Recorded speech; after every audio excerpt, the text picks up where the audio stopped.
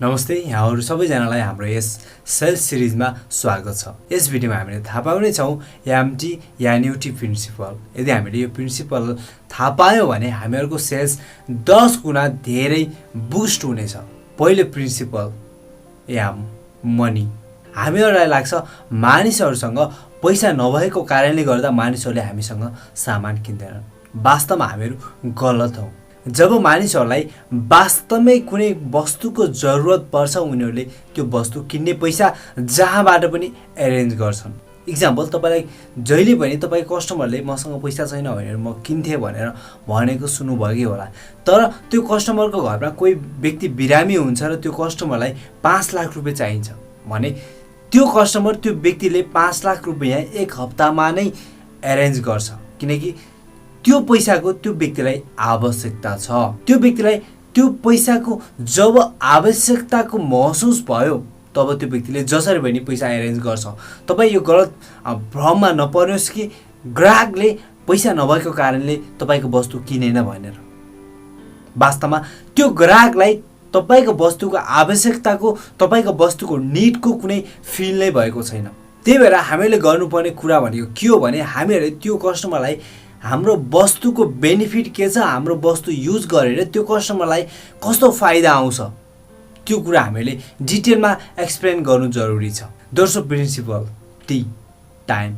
जब हामीहरुको product important बन्न आउँछ तब ग्राहकहरुले त्यो प्रोडक्ट किन्ने, त्यो प्रोडक्ट लिने, त्यो सर्भिस लिने टाइम जसरी भए पनि निकाल्छन्। एक्जाम्पल कुनै एउटा एकदमै बिजी मानिसलाई तपाईले गएर हेर्नुस्, त्यो व्यक्तिको टाइम दिनभरिमा यताउता बोल्ने पनि फुर्सद हुन उसँग। तर त्यो व्यक्तिले जिमको लागि भनेर डेली 2 घण्टा छुट्टाकै हुन्छ किनभने उसलाई थाहा छ यदि उसले जिम गरेन, जिममा समय दिएन भने उसको शरीर बिग्रिनेछ, उसलाई विभिन्न किसिमका रोगहरू लाग्नेछन् भन्ने उसलाई जिमको इम्पोर्टेन्ट थाहा छ। त्यही भएर उसले समयलाई जसरी पनि म्यानेज गरेर जिम गर्न जान्छ। यस्तै गरेर तपाईले पनि आफ्नो प्रोडक्टको आवश्यकता दोस्रो व्यक्तिलाई बुझाउन सक्नुभयो, देखाउन सक्नुभयो भने जस्तो सुकै टाइम नहुने व्यक्तिले पनि तपाईको प्रोडक्ट एन्ड तपाईको सर्भिस युज गर्छन्। तेस्रो प्रिन्सिपल एन्ड नीड। हामीहरूले आफ्नो ग्राहकहरूको नीडलाई आइडेन्टिफाई गरेर उनीहरूको सामु हामीहरू रिच आउट हुनुपर्छ। जब ग्राहकहरूले कुनै वस्तुलाई चाहन्छन् तब उनीहरूले जसरी पनि त्यो वस्तु किन्छन्। जबसम्म तपाईको बारेले तपाईको प्रोडक्टको आवश्यकता बारे थाहा पाउने छैन तबसम्म तपाईको प्रोडक्ट किन्ने छैन। तपाईले यस्तो साथीहरूलाई देख्नु भएको होला, उनीहरुसँग अरु कुनै काम गर्नको लागि पैसा हुँदैन तर डेली चुरोट खानलाई उनीहरुसँग पैसा कताबाट आइपुग्छ थाहै हुँदैन। उनीहरूले डेली चुरोटमा मात्रै 100-150 रुपैयाँ खर्च गर्छन् तर उनीहरू नै पैसा छैन भन्दै हिँडिरहेका हुन्छन् किनकि उनीहरूलाई चुरोटको आवश्यकता छ। उनीहरू चुरोटलाई चाहन्छन् र उनीहरूले चुरोट किन्ने पैसा, चुरोट किन्ने समय, चुरोट किन्ने ठाउँ जसरी भए पनि फाइन्ड आउट गरेर त्यो चुरोट किनेर खाने गर्छन्। त्यही भएर हामीले पनि आफ्नो प्रोडक्टको आवश्यकतालाई जसरी भए पनि त्यो बायरको अगाडि प्रष्ट पार्नुपर्छ। चौथो प्रिन्सिपल यु अर्जेन्सी। जब कुनै प्रोडक्टको ग्राहकलाई अर्जेन्सी हुन्छ तब उसले किन्छ। हामीले आफ्नो प्रोडक्टको अर्जेन्सीलाई जसरी भए पनि उसको सामु ल्याउनु पर्छ।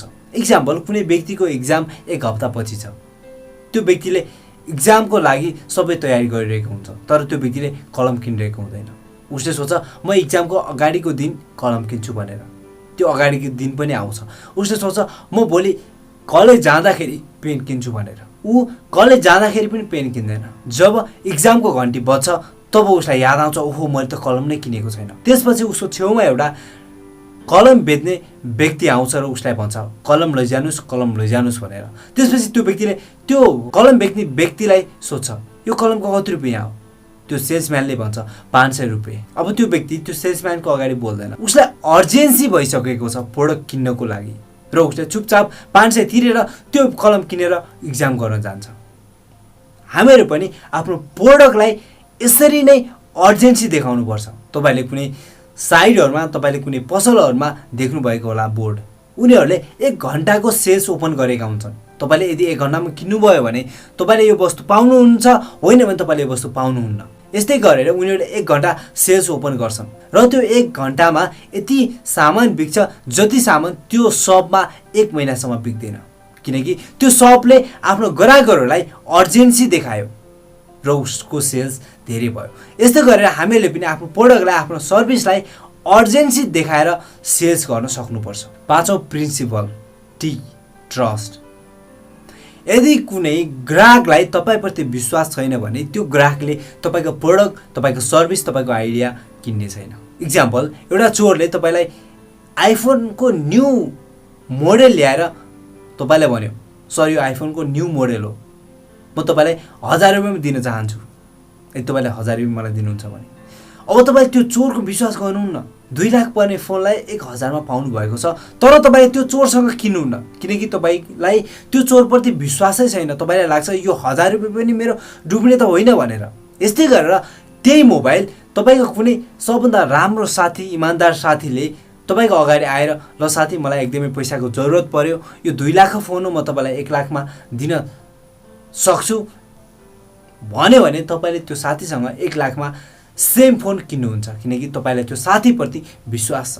त्यही भएर तपाईले केही कुरा बेच्नुभन्दा अगाडि तपाईले आफ्नो ट्रस्ट बिल्ड गर्नु जरुरी छ। तपाई एउटा विश्वसनीय व्यक्ति हुनु जरुरी छ। तपाई यस्तो व्यक्ति बन्नु छ जसलाई सबैले विश्वास गर्न सकुन्। यसरी तपाईले आफ्नो वस्तुलाई 10 गुणा बढाएर बेच्न सक्नुहुन्छ यदि तपाईले यो प्रिन्सिपललाई फलो गर्नुभयो भने।